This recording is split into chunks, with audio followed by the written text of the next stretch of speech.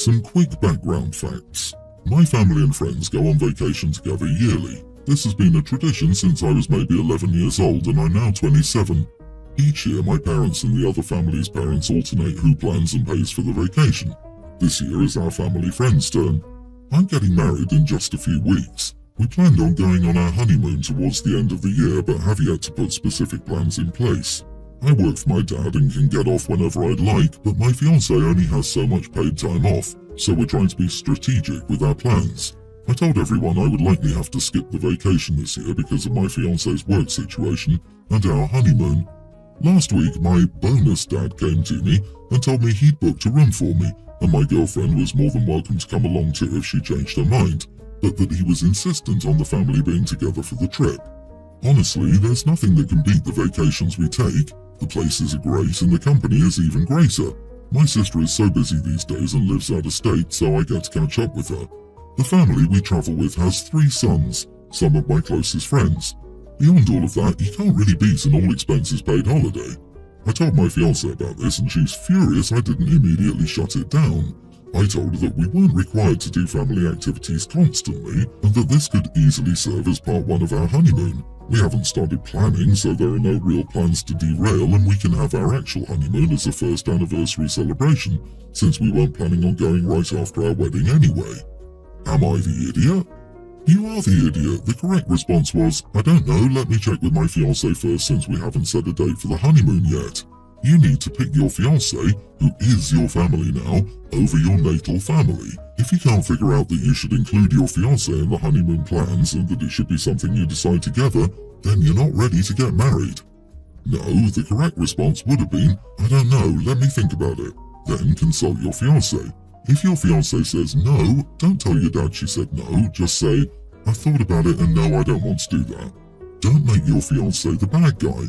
Instead, be her shield and be the leader of your new family unit. And it's perfectly normal to have your honeymoon away from family and in-laws. It made me cringe that OP says, honestly, nothing can beat the vacations we take.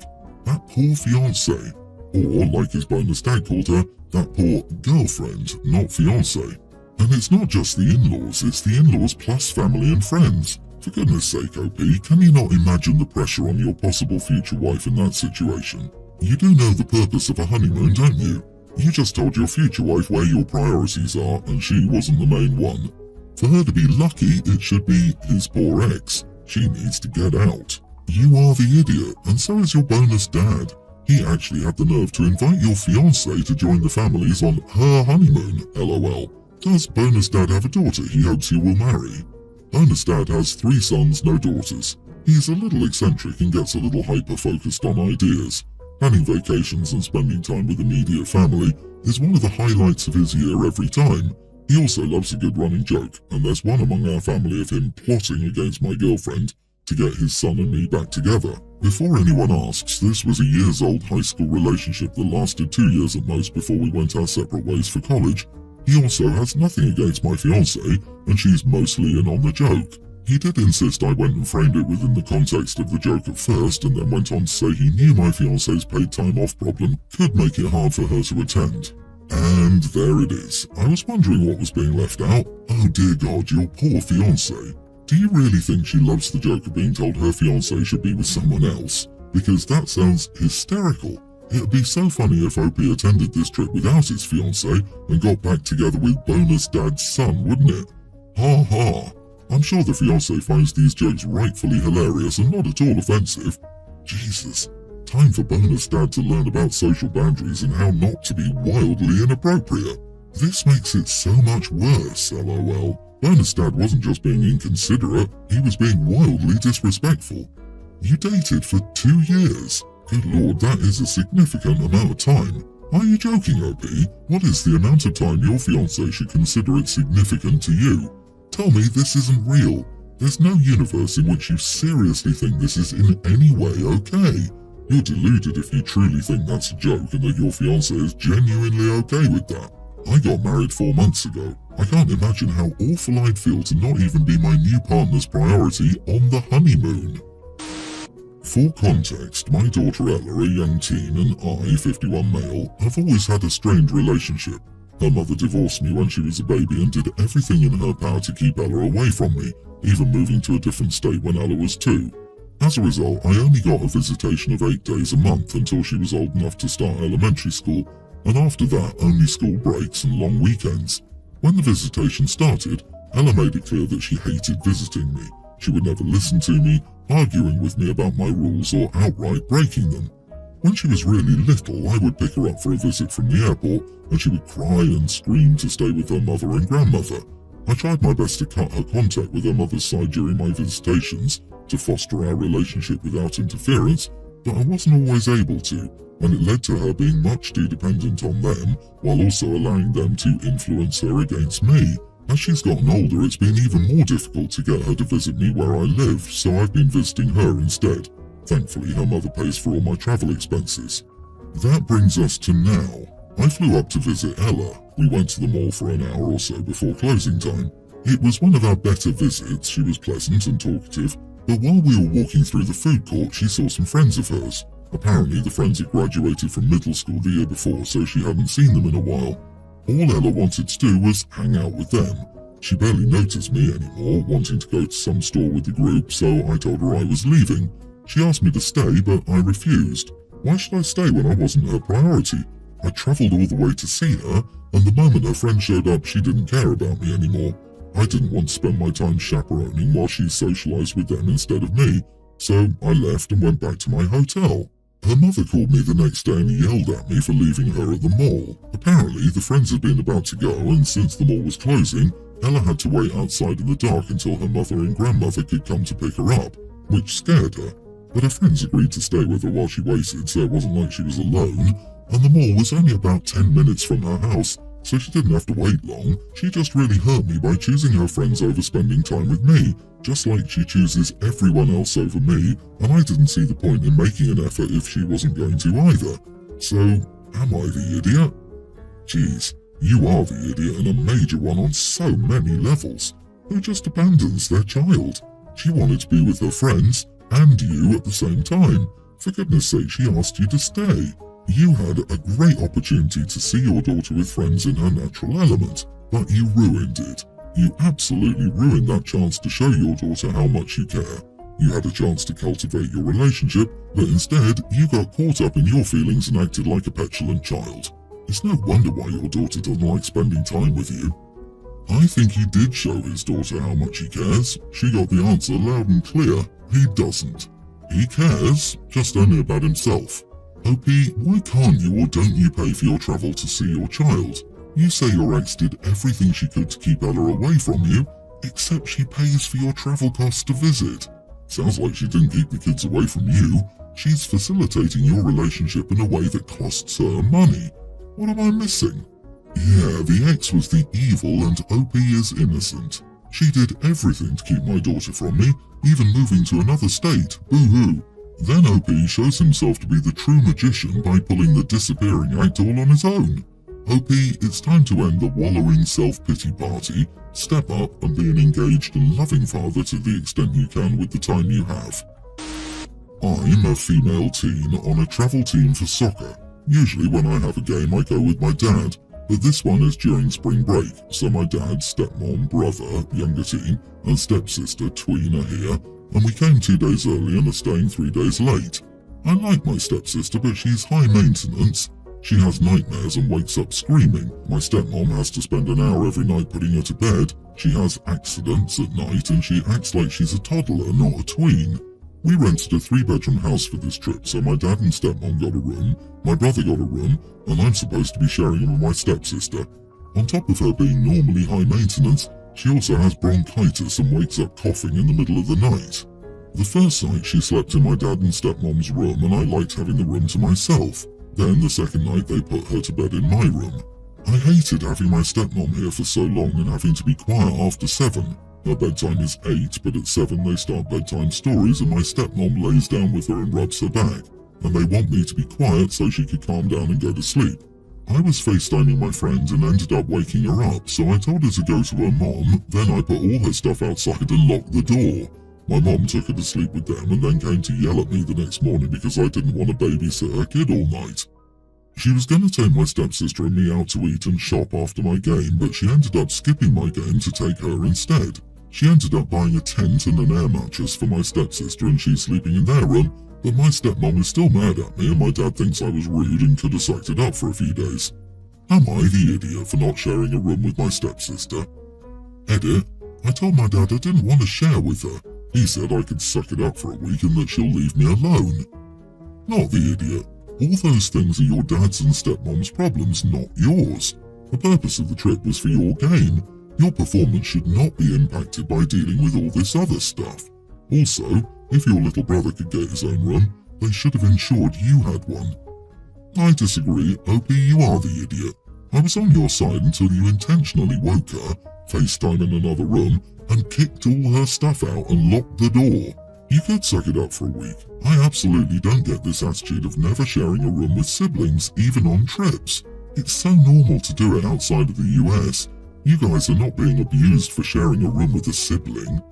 I always shared rooms and even beds with my brother too. The difference is he never woke me up. If her sister has such delicate needs as to need total silence after 7 PM, to have her back rubbed for an hour before bed, and to wake up still screaming throughout the night, she doesn't need to be sharing with a 15-year-old who's there to play soccer. OP needs to be able to sleep. I think OP clearly didn't care much for their younger stepsister and used every excuse she could think of to justify her rude behavior. When your stepsister had trouble sleeping the night before, her mom kept her in her bed, so clearly no one at any point made you babysit the kid all night. You just didn't share a room. You didn't want to share a room, so you intentionally did loud activities while your stepsister was asleep. Then, when she inevitably woke up, you threw her stuff out into the hall and locked her out. Not wanting to share a room? Reasonable. Calling someone else high maintenance and then being the one to throw a childish hissy fit for not getting your way? Idiot behavior. I'm a 45-year-old woman married to my husband Fred for 20 years. We have 4 children, including my 24-year-old stepson, James. When Fred and I first met, he was still married to James's mother, Lily. We fell in love, but we didn't do anything physical until after their divorce was final. I met James when he was 5 years old, and over the almost 20 years that I've known him, he has never liked me. Despite my best efforts to build a relationship with him, he's never shown any interest in getting to know his siblings or me. When James turned 18, he left home, and while he occasionally called and spent time with Fred, he would never do so with our children or me. Recently, I asked Fred to include our children when he spends time with James, but James hasn't spoken to him since. Now my mother-in-law, who has always favoured Lily over me, has called me and accused me of being the idiot for hurting James and Fred's relationship even further. I understand that my request may have hurt James's feelings, but after almost 2 decades of trying to build a relationship with him, I have exhausted all other options. I love my husband and our children, and I want them to feel included and valued in our family.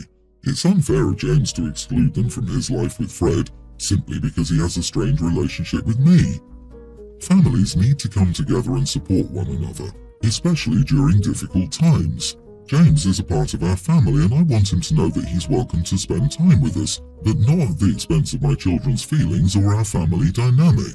I understand that James may be hurt, but I hope he can see that our family is important to us and that we want him to be a part of it. You are the idiot. You believe families should come together and support one another, all while ripping a family apart. Oh, okay. Let them have their own time. Stop being a jealous old stepmom. No, wait, it's different. You see, they didn't have intimacy, just an emotional affair. She just encouraged his affection and convinced him to leave his wife for her. So she didn't split up the family, it just kinda happened, you know? And she wants her kids to have one-on-one time with their father, but he can't because that's different. Family units are so important and that's why she wants to spend family time together. So important she made a married man resolutely assured that if he left his pre-existing family for her, that would be okay. But again, it's different because that family unit wasn't hers, so that clearly doesn't matter. In life, we have rules for normal people, then rules for mistresses. And they're different, you see? Illogically, hypocritically, callously different. Capiche? LOL this. The only family that matters to her is her ill-obtained husband and the kid she gave birth to. Everyone else must bend over for her wishes. You had an emotional affair with James's dad, and their marriage broke up. Of course James wants nothing to do with you. Let your husband have time with his son alone. It's the least you could do. My girlfriend has OCD. One symptom she experiences is doing everything in fives. Her mother passed away in March 2018. My girlfriend goes to therapy, and in January of this year, when she brought up getting a tattoo for the 5th anniversary of her mother's death, I suggested she talk about it with her therapist. After doing so, she said that her therapist also didn't think it was a good idea, as she believed that the drive behind her wanting to get the tattoo was her mental issue, rather than the actual want of getting it. However, my girlfriend still went ahead and booked the appointment. After talking with a couple of friends about it, they all agreed that it wasn't a good idea to make such a permanent decision, which her OCD had purely fueled. I wouldn't be so hesitant if she had somewhat recovered from it. However, she has yet to make any progress. I emailed the tattooist, we have each other's passwords, and cancelled her appointment. I told her an hour before her appointment that it had been cancelled, and as she booked the last slot for the day, she couldn't get it done. I knew she would be upset, but I didn't realise how upset she was going to be. It's been a couple of weeks, and it's honestly crazy how she's reacted to it. But I'm more than certain, and so are our friends, that once she recovers she'll be really grateful in the future. It's clear that was flared up a bit, and she's aware of that too, and has described it as making her physically sick when she thinks she'll never be able to get a tattoo on the 5th anniversary. So, am I the idiot? I emailed the tattooist, and that's where you cross the line. You're allowed to be concerned for her. You're allowed to discourage her from doing something you think she might regret. You're okay for even flat out telling her it would be a mistake. You are not okay making decisions for her. She's a grown adult and no matter the reason can get a tattoo. You are her partner, not her father. Cancelling her appointment without her consent was beyond inappropriate. But you didn't even do that. Instead, you broke into her email and pretended to be her. You're not helping her, no matter your intentions, by controlling her life. Agree. If the girlfriend's pattern is doing things in fives, then the natural conclusion to this being OCD driven would be to get 5 tattoos on the 5th anniversary. If that were the case, I'd be concerned. But it was 1 tattoo, not 5, and how does OP know what the therapist thinks of the tattoo? Is he going to therapy with her, or is the therapist telling him? If so, does the girlfriend permit this? There are so many red flags that OP is controlling. Yeah, you are the idiot, OP, and you need to educate yourself better, and she should dump your butt at 05:55 AM on May the 5th and be done with you. It's not your body nor your brain, and honestly none of your business. This was for her mother, and tattoos can be covered or removed if needed. She deserves a better partner.